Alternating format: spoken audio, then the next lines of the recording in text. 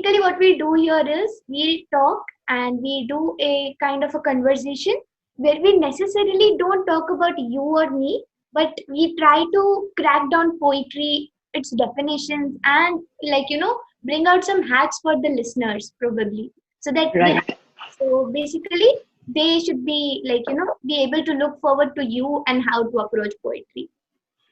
So, since it's a podcast about you, I would like if you could provide the listeners with an introduction about yourself. Keep it as long or as short you want. No, okay, so I'll keep it short. Um, I'm a 28-year-old lawyer hailing from India, and currently I'm in Switzerland pursuing studies. But I'm also a poet, and that is something that I do for my heart. And I published a book called Udari back in 2017. So yeah, you can, in one line, I can say I'm a corporate lawyer surviving the monotony of, money minting and all that, by falling back on my superpower poetry, and that's what I call it, the superpower. Beautiful, beautiful. It was a fun Yeah. packed kind of a introduction. I really liked Thank you.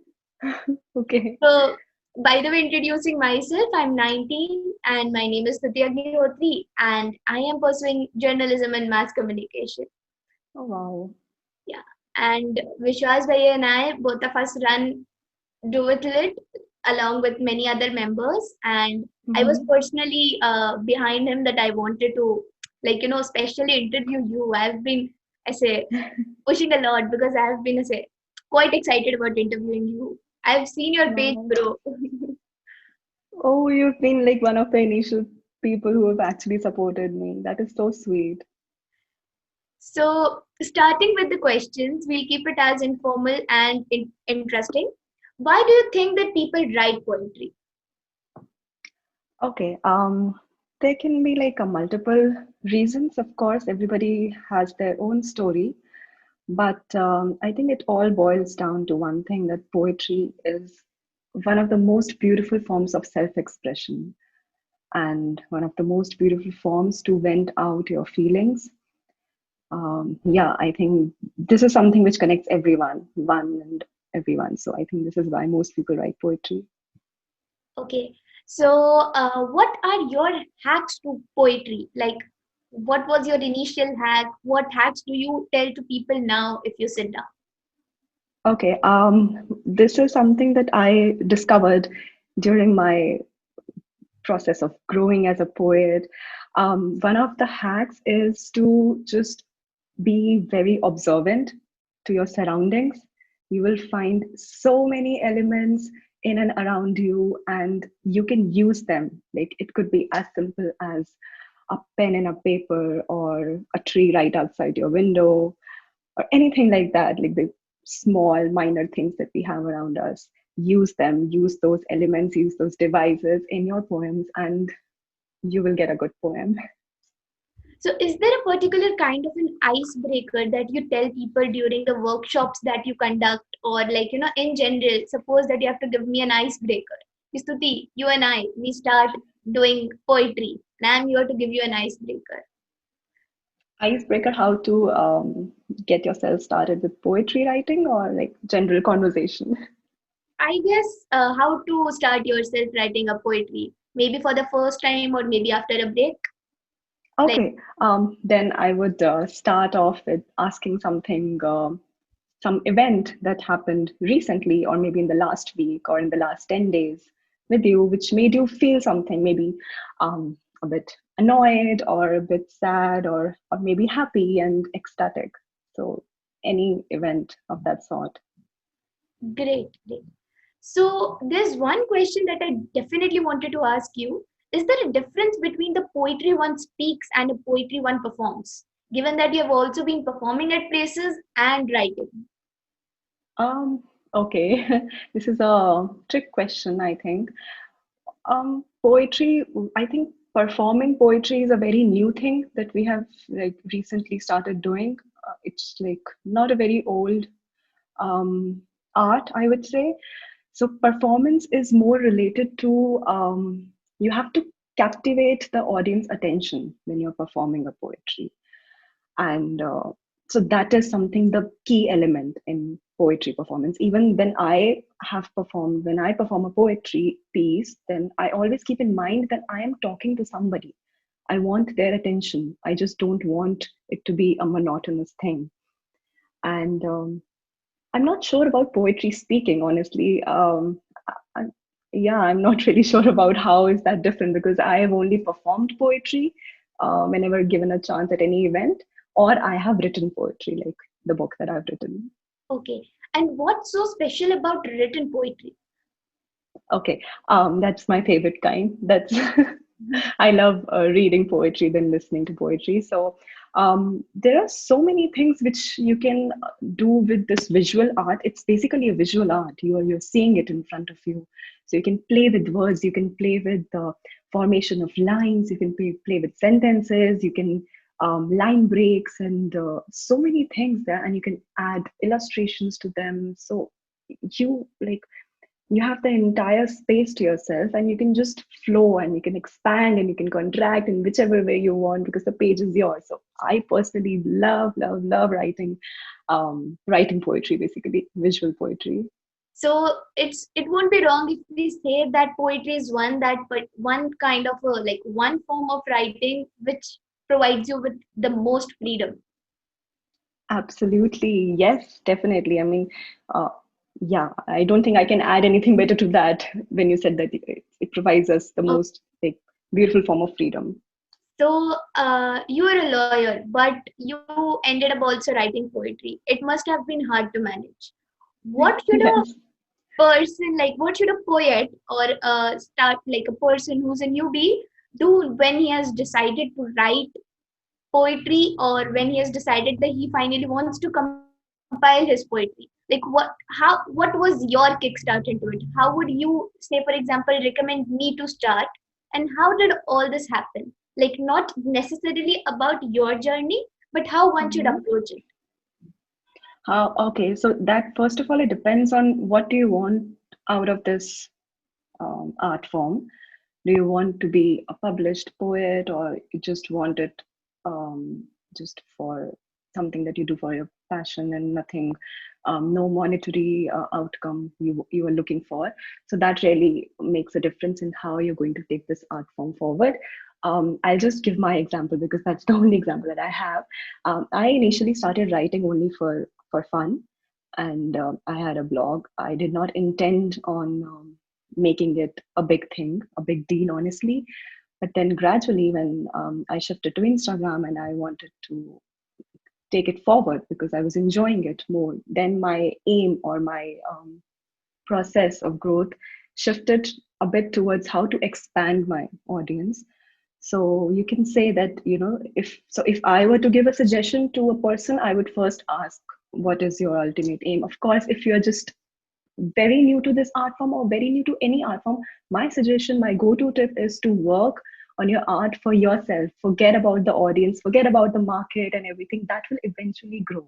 But first, you really need to be happy about what you're reading. There have been times, I'm sorry, I'm going to blabber a bit about this, but there have been times when I did not really enjoy my, poems that I was writing.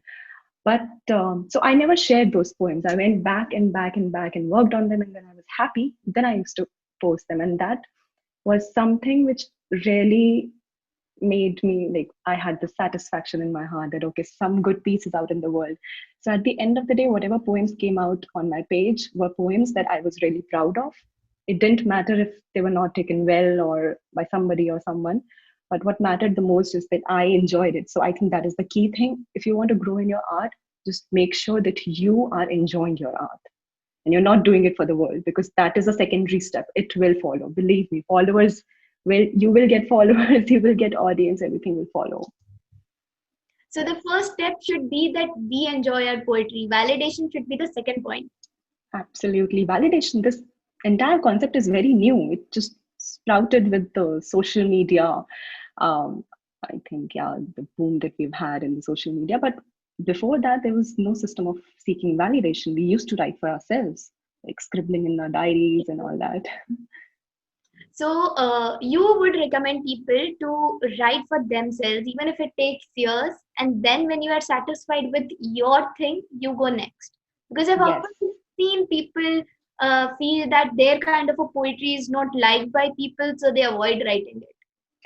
Actually, I do get a lot of questions regarding this, a lot of DMs from people asking how should we gain followers and how should we expand our growth. I always tell them, listen, please don't don't doubt your art. Whatever you're doing, do it for yourself first. This is what I followed. It worked for me, thankfully. And I think this is a very important thing. If you want to grow in something, you have to be passionate about it for yourself first. And it should make you happy first. Rest, everything will follow. Fame or no fame. True. So, but what else? Like, the first point is that we should follow our passion. What comes next? Yes. Okay. What comes next in the growth process is always try experimenting with things. Do not get don't stick to one line, one way forward. Just try experimenting. If you're doing good in one thing, which is great, excellent, but always keep your options open. Keep experimenting. Like for me also, I did not just start writing this short form of poetry. I started off with writing longer versions with different schemes, rhyming schemes, and all that. I experimented a lot. I started writing haiku and other Japanese form of poetry like tanka and nonic poetries. And then gradually I discovered that this is my niche area, you can call. This is something that I like and I'm good at and I'm enjoying reading.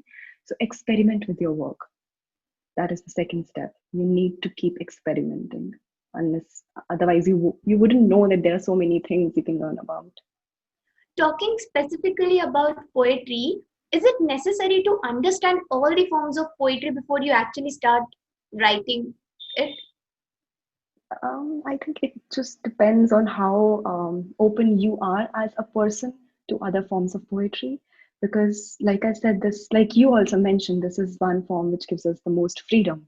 Of course, we have the most freedom in this art form.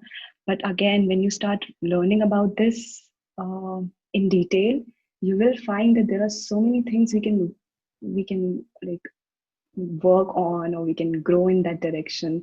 For me, for example, I was literally surprised when back in college I learned about this haiku form of poetry. I had no idea. It was something very new for me. I just randomly found it on Google, started reading about it. I was so impressed. So I would say that it's a good thing to do, to read about it, and to read more poets, classical poets and the contemporary poets, and learn about this art. And if you're passionate about it, you will enjoy it. It shouldn't be like a task for Yes. you. And what would you specifically like to teach about your kind of poetries? Like, if say for example you write short form poetries, right? So Yeah. imagine you are teaching me and you want to teach me in short about short form poetry. What do you have to say about it? The first thing I would tell you is to forget about the basic stringent rules of poetry writing. Just forget about it. And one tip that I will give you is that I've also given in some workshops. Consider writing poetry as not something which you have to make it like a flow or anything. You just whatever you're thinking, just put it into paper, and you can definitely work on that. The one thing that I really like about this art, and we were never taught about this in school actually, and I feel sad sometimes that we were never taught, and we were taught like classic poets with good rhyming schemes and all that. I have no objection to that, but what we should have been taught about is that poetry is like, I think I've mentioned this in my book and so many times at other interviews as well. It is so much more than flowery words and um, like complex writing. It's not that. It's so much beyond that. It's, I'm going to say it again, it's as simple as breathing and as complex as living. That is poetry. So if you know that, you can definitely identify yourself with simpler forms of poetry as well. You will be able to connect to the words. Simpler words doesn't have to be like a flowery thing. And that is actually my most favorite tip to give. Beautiful. But we have also, like, though we talked about passion and then experimenting, we have seen Yes. you grow tremendously on your social media.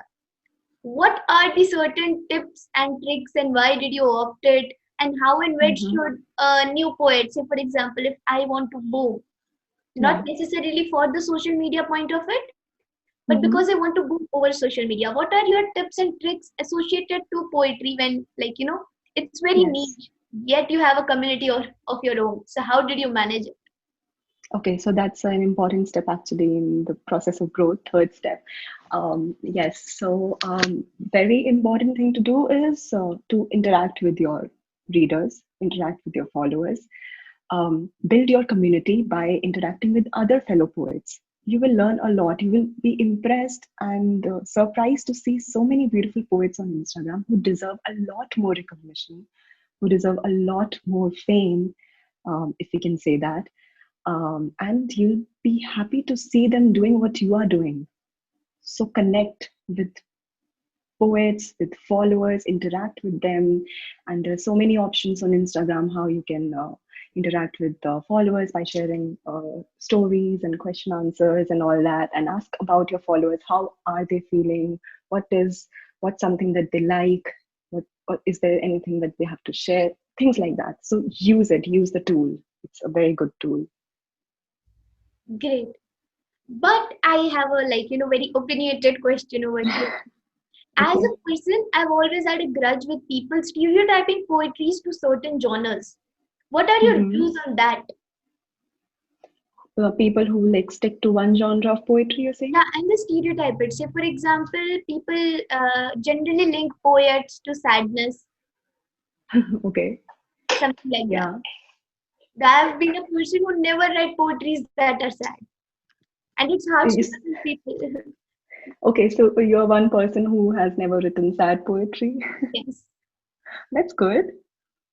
See, stereotypes are there everywhere in every field.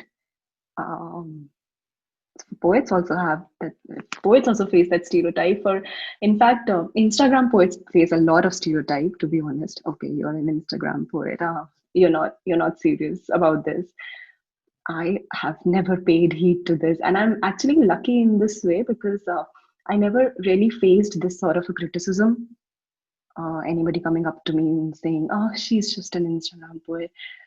Thankfully, that has never happened personally, but I have seen my fellow poets face this criticism, and I've seen they have like so beautifully they have dealt with these situations by actually not caring about what they're saying, and in fact changing the definition. From putting a negative connotation to the Instagram poet's phrase, they have instead modified and made it into a positive connotation, which I think is a very good thing to do. Just take the criticism and turn it into a positive thing. So if somebody calls us Instagram poets, then make it like a positive thing that yes, even the Instagram poets have the capacity to shift worlds, to move things, and to make you feel something while you're sitting in your home, in on your bed, and far away from that person. So we have that capacity, we have the strength. So yes, we are Instagram poets, and yes, we do sometimes write sad poetry, but that's just a stereotypical thing. I mean, just don't pay heed to it. That's my suggestion. great. And is there any one particular skill set that you believe that you built during writing poetry, or you had because of which you write poetry, that you would like to share with people? One skill set. Okay, I mentioned this in the beginning. I'm a very observant person. I observe a lot of things happening around me. And so I have been asked this question, like most of my poems, are they based out of my personal life experiences? No, that is not the answer. As an observant, I observe a lot, and most of my poems are based on empathy, then sympathy. So that is one a very handy tip I can say, that you should observe things around you, and you will find so many stories and poems. So there's no doubt that if we call observing as the crux of writing poetry. Absolutely, absolutely. You can get amazing pieces when you start looking around. Great. So now, just to cool down things a bit, I have I have some rapid fire questions that are quite personal Okay, to you. Something like, why the name Kodari to your poetry book? okay. Okay. That's the first question. Yeah. Udari, because it's Punjabi word. It means to fly, and I come from a Punjabi background. My nani ma, my grandmother, she was also a poet, and so I wanted a word which links me to my background, and because this is my first book, so I wanted like a small tribute to my lineage and my the women in my family, Punjabi women in my family. So that's why the word Udari. Beautiful. Even I am a Punjabi and I feel so nice hearing this. Ah, so you know the meaning. Not many people ask what does it mean. So it's an exotic word. True. The next question is, how do you manage being Vinati the lawyer as well as Vinati the writer? Like, it must be conflicting to the mind. Yeah. One is you have to be firm, and then with poetry comes the softness, yet the firmness. How do you manage it? Yes, so I can share a funny anecdote. So there have been times when now I'm not working, but when I was working in India as a lawyer, so there have been times when I was about to enter into a very high five meeting and with senior ministry officers, and I had just like I don't know how our brains work honestly, like how our brains seriously how can we manage this? Even I don't know. And right before entering the meeting, so some thoughts just came up in my mind and I just quickly jotted down, and that later turned out to be a good poem. I don't remember which one, but but yeah, I mean, I have these scenarios, and sometimes while waiting for a matter to be heard in Supreme Court, I remember I had a copy and a pen, and I was just like scribbling something, which again turned out to be a good poem. So we have erratic schedules and erratic mind status, to be honest. Great, great. Yeah. So, my next question is, have there been times when you literally zoned out of your coat and started writing poetry? Yes, I have done that. I have, yeah, multiple times, and not just in court. Like I said, I used to attend a lot of meetings with various senior officers of Government of India. So in those meetings, or before the meetings and all that, with all the pressure in my head, I don't know how I managed to get zoned out and started scribbling some lines, and yeah, that has happened a lot. So, my one last question is, what has been one of those best moments with writing poetry or with Udari? Like one of those best moments you made so far? I think there are too many. Even the launch of Udari was one of the best moments. It was actually one of the most magical moments and of my life so far. Like how everything around me was working in some magical ways for me to let the like publish the book myself. So it was a very magical experience. I was working. I had a very heavy workload during those days, but somehow and I had a launch coming up in Dubai, the book launch. I had to finish my the book before that, and I had to get arrange copies, arrange ISBN numbers, and all that, or everything. So the most magical thing, if somebody asks me about Udari, is the launch of Udari, which was back in 2017, and I was just like an Instagram poet in double quotes back then, and it worked out pretty well. Yeah, so that's my happy memory. Great. And like coming back to like this particular question drives us back to our conversation. So, Yes. how did you plan it out? From like, sitting and finally sitting on a desk to writing Yeah. poetry to like finally going to manage it out. Like, was there some kind of a Mhm. support from behind, or were you like, how was it? How did it all happen? So I'll start with one statement that I made back in 2015. I randomly said something to one of my colleagues back in 2015 that hey, you know what, I'm planning, or I want to, I wasn't even planning, to be honest. I just said I want to publish a book when I by the time I turned 25. Just randomly said something. I forgot about it completely. It just slipped off my mind too that I have to write a book. Then I started collating all my poems because I was on Instagram and there's no way to collate all your poems. In Blogger you can save everything, but on Instagram you cannot. It's just post a picture and you're done.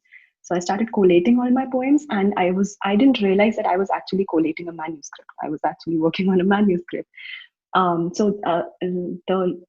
the launch of Udari was scheduled, it was in August when I first got this invitation.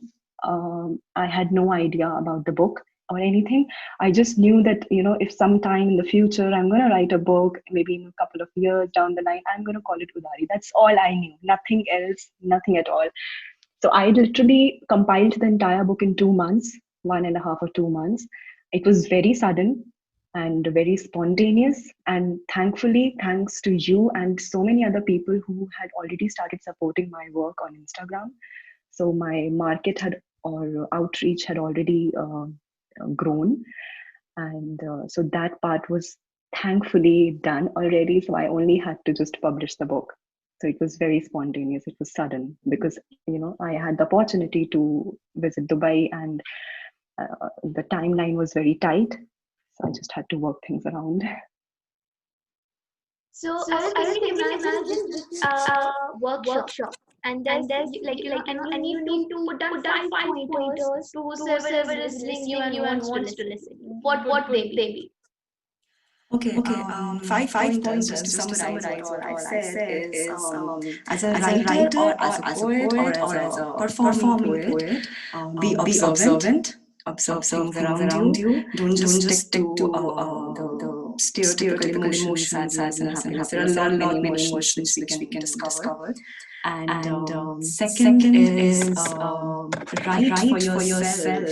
Yes, write not write for the world. There are so many best-selling books out in the world which are actually not the best work of that author. So don't be one of those. You will get success and fame. It will come. It will follow.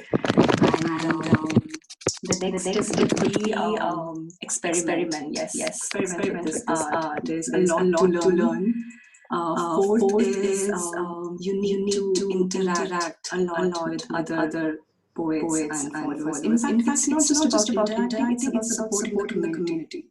We need each other's support to destroy the stereotypical negative connotations of Instagram poets. And last but not least is enjoy your work. It's a journey. Take criticism as it comes, and do not ever doubt your art. This is the only thing that helps us keep going when life gets a bit rough. So do not leave its hand when things are going not the way you want them to. But just believe in your art, and you will do well. That's my last tip. Thank you, Vinati. One last question. When do you realize, how do you realize that this is the time I need to do it? What is that feeling that you how to realize about that? How do you come down to this particular time? Now is the time. How do you come? Now is the time that I have to write a poem or what? Probably write a poem when you or maybe publish. How to realize that this is the time we need to Next step we have to take. Now we have to take things forward now. Okay. So I believe in little voice in our head that keeps talking. I believe in that. We call it gut feeling, and all the different names and everything. So you will feel it in your heart. There's this some emotion that rises up in your chest, and you feel like, no, this is not. I need to do more. There's a lot I can do. Like when I switched to Instagram, I knew that I have to do something because I was not enjoying it. So once you stop enjoying what you do, I think that is the moment that you realize that is the aha moment, what we call in haiku poetry, when you realize that you need to move forward. This is not it.